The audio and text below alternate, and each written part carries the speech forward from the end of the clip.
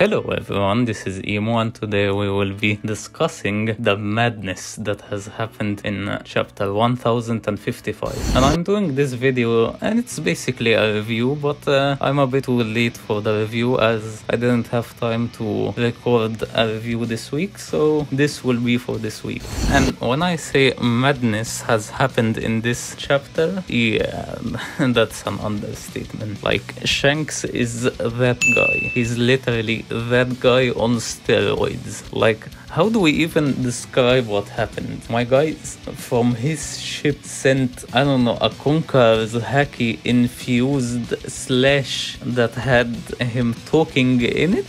That's the best way to describe it.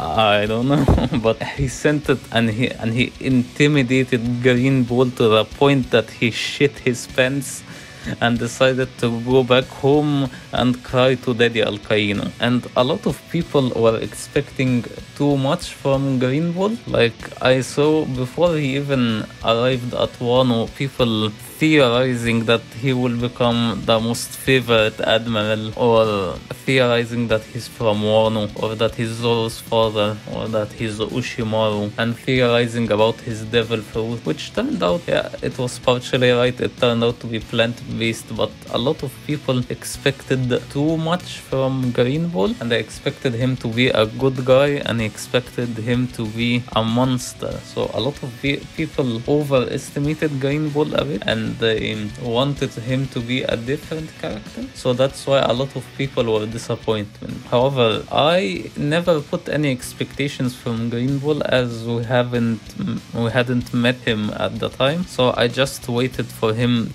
until he arrives at the story so that I could say whether I would like him or not, or whether he's strong or not, or rank him, who's my favorite admiral, and so on. So I never put to myself any expectations regarding Greenbull, so I'm not disappointed by him at all. It's just that Oda is saying that the Yonkos are on another level from the Admirals. However, I think, in my opinion, power scaling discussion, if 3 Admirals went against a Yonko, they will probably take the victory. However, if it's 1-on-1, probably the Yonko will win like 80% of the time. The 20% is because of Old Whitebeard. Over Prime Whitebeard, he would win, of course, 100%. But 2 Admirals, it's debatable whether or not who's the 2 Admirals in front of which Yonko. This could go either way. So to be safe, if 3 Admirals versus 1 Yonko, the Admirals could probably win. However, 1-on-1, never. Except, of course, if they went against Buggy. But Buggy, of course, will one-shot an Admiral because this is Buggy the Clown, of course. So the Yonko hype in this chapter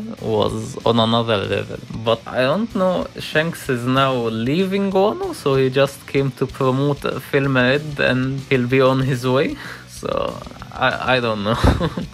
Nobody knows what's going to happen next. And I have a feeling that Luffy and Shanks will not meet again, as they were very close to each other. However, they didn't meet, so I think the next time Luffy meets Shanks could maybe be in his grave.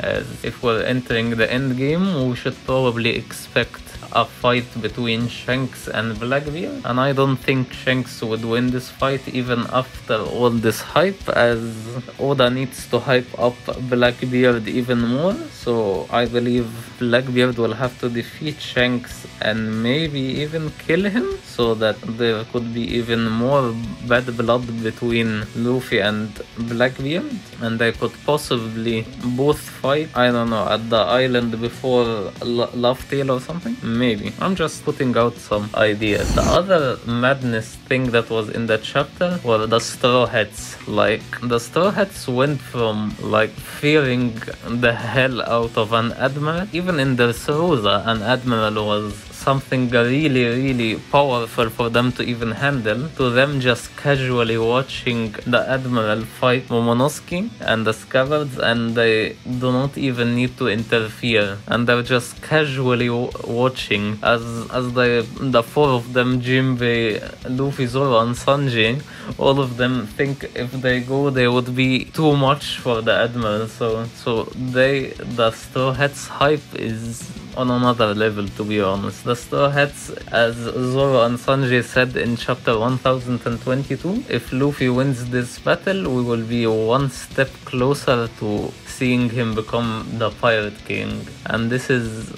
and seeing them look at the Admiral, no fear, yeah, they're very close to achieving Pirate King status.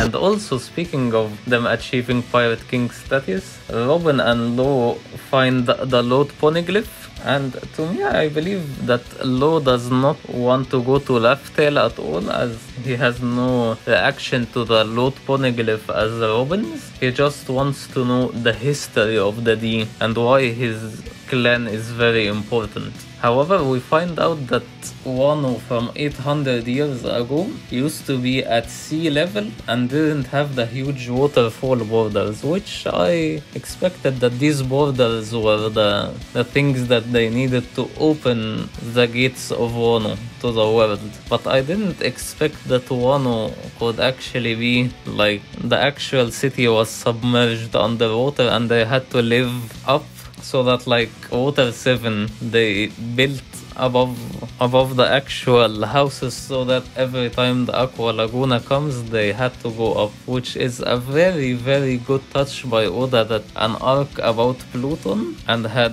everything related to Pluton was an island that was also submerged underwater. So a really good idea. Shout out to Mr. Morge for this idea, for saying this idea. And it says that Pluton is even underwater even more, or in a cave underwater that they have to open. If the borders of Wano are open, then Pluton will automatically go out. So the world government obviously probably knows that Pluton is in Wano. That's why they were very worried when Zunisha was there, and they were relieved when they knew that Zunisha has left and the borders of Wano are not open. Maybe, or maybe, I don't know, maybe they knew, maybe they didn't. So I'm just going to point out, because Pluton could maybe be under Mount Fuji, I'm just going to put these two pictures on screen and I'm not going to elaborate, but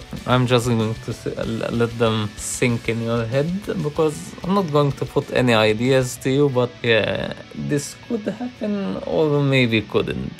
So yeah. And the last thing that I'll be talking about is Yamato. And as you heard, my last video was about me saying that Yamato is more of a scabbard more than a straw hat, and she probably won't join because she has a greater relationship with Momonosuke. And I still believe that my ideas still hold, even though Momonosuke told Yamato that she has the right to leave Wano. But I'm still expecting Yamato's character to change in some way, and we still haven't had any confirmation from Luffy if Yamato will join or not, so I'm still holding on my thoughts on this. So if you want to check out the video, go check it out for yourself. But like my thoughts are that Yamato doesn't have any screen time with the Straw Hats. In my opinion, if she was going to leave with the Straw Hats and Oda wanted to put her with the Straw Hats in mind that she's leaving with her, he could have had